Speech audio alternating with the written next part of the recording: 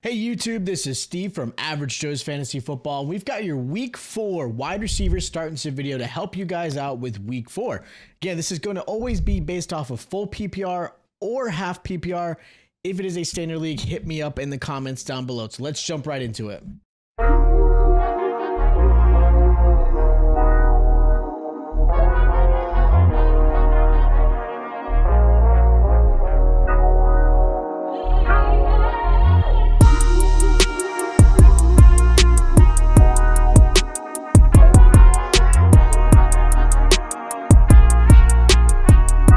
So week 4 of the NFL is here, which means we've got another great slate of games. We've got 2 Monday night games and of course a Thursday night game. So we want to make sure you guys are prepared for these games.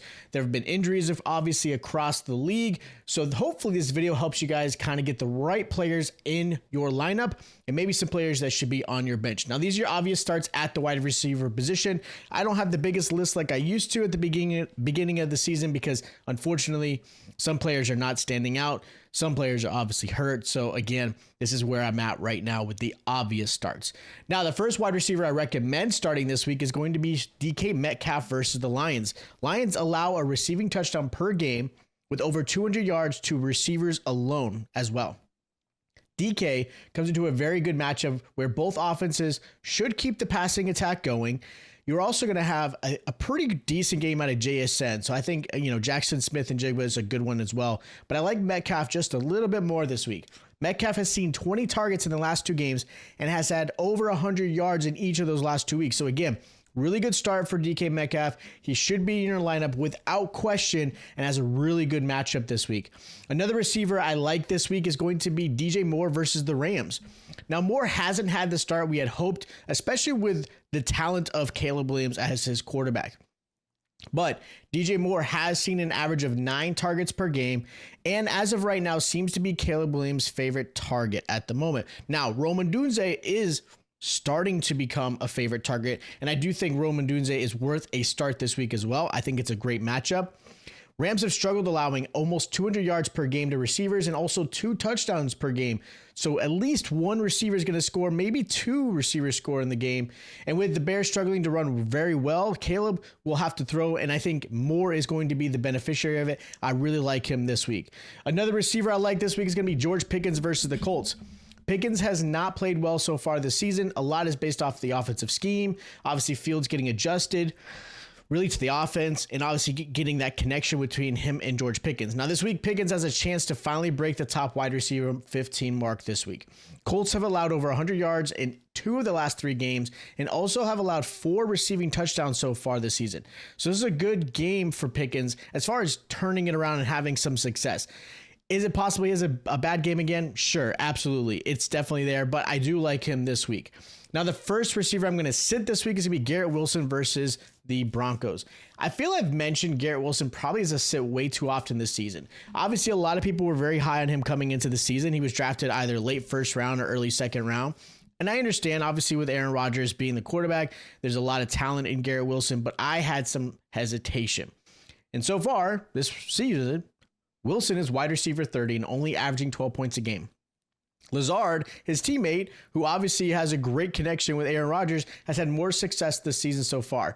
Now, Wilson also faces a really tough Broncos defense where Patrick Surtain is going to be covering him, and that is going to be the biggest challenge. He's an elite corner, and anybody who is the wide receiver 1 on the opposing team, the Broncos are only allowing 4.8 points. So, man, this is a really tough matchup for him.